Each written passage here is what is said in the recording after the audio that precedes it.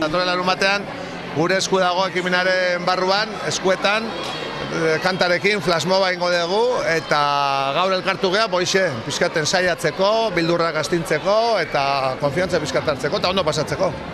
Jendeak gerturatu dela, jendeak dantza nahiko ondo ikasita ekarri dula. Bai, lehenagotik ere jendeak ikasita ekarri du, beste toki batzutan ere eginda, eta YouTubeen eta sare sozialetan hor dabil.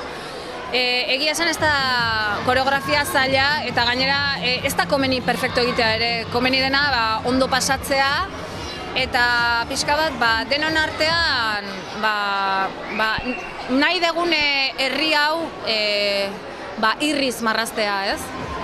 Bai, baina ez du ikusi behar ere interneten, Ez den ikusi gabe etorri daiteke. Importantena da parte hartzea, edozein adinarekin 0 eta 110 urte bitartean, etortzeko mundu guztia, aldez aurretik ez da ikasi behar, aurrak berez dute ja, dantzatzeko joera hori, eta helduek esaten dugu, txondetan bezala baino kolakaurekin. Etorri animatu eta ondo pasatzea.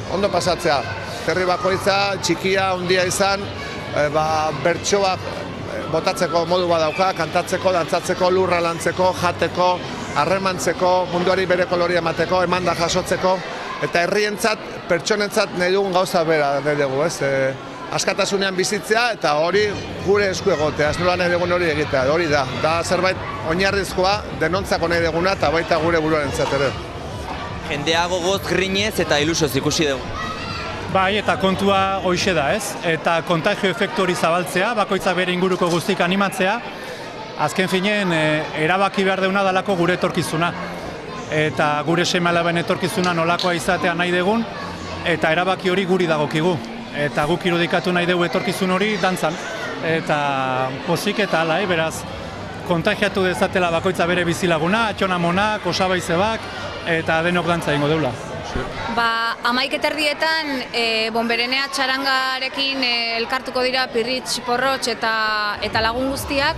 Kale jiran joango gara Alondegira, han bizpairu entxegu egin eta jota zu ekingo diogu grabaketa izango den horri, ez?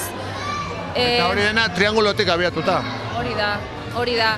Eguraldi txarra egingo balu, aterkiz eta kolorez jantziko dugu Tolosa, eta oso txarra egin behar luke bertan bera geratzeko. Gure asmoa nola edo ala egitea da, printzipioz.